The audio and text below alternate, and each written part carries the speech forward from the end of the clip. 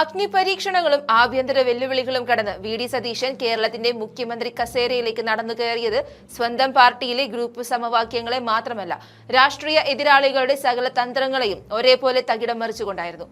അധികാരം കൈയാളിയ ഉടൻ തന്നെ കേരള രാഷ്ട്രീയത്തിന്റെ ചതുരംഗ പലകയിലെ യഥാർത്ഥ കളി എന്താണെന്നതിന്റെ കൃത്യമായ സൂചനകൾ ഒന്നിനു പുറകെ ഒന്നായി മുഖ്യമന്ത്രി വി.ഡി. സതീശൻ പുറത്തുവിട്ടു കഴിഞ്ഞു.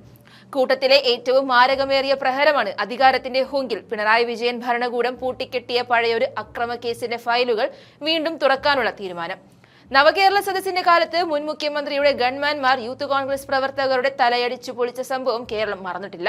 അന്ന് ഭരണകൂടം അതിനെ രക്ഷാപ്രവർത്തനം എന്ന് വിളിച്ച് വെള്ളപൂശുകയും പോലീസ് കേസ് ഒതുക്കി തീർക്കുകയും ചെയ്തു. എന്നാൽ കസേര മാറിയപ്പോൾ കളി മാറുമെന്ന് വി.ഡി. സതീശൻ തെളിയിച്ചിരിക്കുന്നു.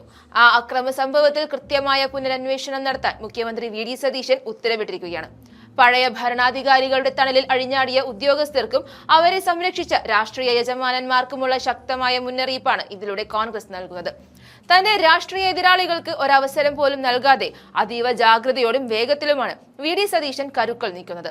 മുൻ മുഖ്യമന്ത്രിയുടെ ഗൺമാൻമാർ നടത്തിയ അക്രമത്തെ രമേശ് ചെന്നിത്തലയുടെ ആഭ്യന്തര വകുപ്പിന്റെ പൂർണ്ണ നിയന്ത്രണമുള്ള ഒരു പ്രത്യേക അന്വേഷണ സംഘത്തെ തന്നെ ഇതിനായി നിയോഗിക്കുമെന്നാണ് മുഖ്യമന്ത്രി ഇപ്പോൾ പ്രഖ്യാപിച്ചിരിക്കുന്നത്.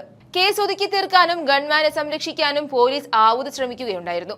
കോടതി ഉത്തരവുണ്ടായിട്ടും കൃത്യമായ തെളിവുകളില്ലെന്ന് കാട്ടി ക്രൈംബ്രാഞ്ച് കേസ് അവസാനിപ്പിക്കാൻ റിപ്പോർട്ട് നൽകിയിരുന്നു. ആ ഫയലുകളാണ് ഇപ്പോൾ വീണ്ടും തുറക്കപ്പെടുന്നത്. മുഖ്യമന്ത്രിയുടെ ഗൺമാനായ അനിൽകുമാർ ആണ് കേസിൽ ഒന്നാം പ്രതി. മറ്റൊരു ഗൺമാൻ എസ് സന്ദീപ് രണ്ടാം പ്രതിയുമാണ്. കണ്ടാലറിയാവുന്ന ഗൺമാൻമാർക്കെതിരെയും പരാതിയിൽ പറയുന്നുണ്ട്. എന്തായാലും മുൻ മുഖ്യമന്ത്രി പിണറായി വിജയൻ ആർക്കെതിരെയാണോ രക്ഷാപ്രവർത്തകർ എന്ന പദവി ചാർത്തി നൽകിയത്, ആ അംഗരക്ഷകരുടെ നെഞ്ചിൽ തീക്കനൽ കോരിയിടുന്ന നീക്കങ്ങളാണ് ഇപ്പോൾ സെക്രട്ടേറിയറ്റിൽ നടക്കുന്നത്. ഭരണകൂടത്തിന്റെ തണലിൽ രക്ഷപ്പെടുമെന്ന് കരുതിയ പ്രതികളുടെ തലയ്ക്ക് മുകളിലാണ് ഇപ്പോൾ നിയമത്തിന്റെ വാൾ തൂങ്ങുന്നത്. പഴയ മുഖ്യമന്ത്രി അക്രമികളെ സംരക്ഷിക്കാൻ നോക്കിയെങ്കിൽ പുതിയ മുഖ്യമന്ത്രി ആ ഫയലുകളിൽ ഒപ്പിട്ട് വേട്ടക്കാരെ ജയിലിലേക്ക് അയക്കാൻ ഒരുങ്ങുകയാണ്.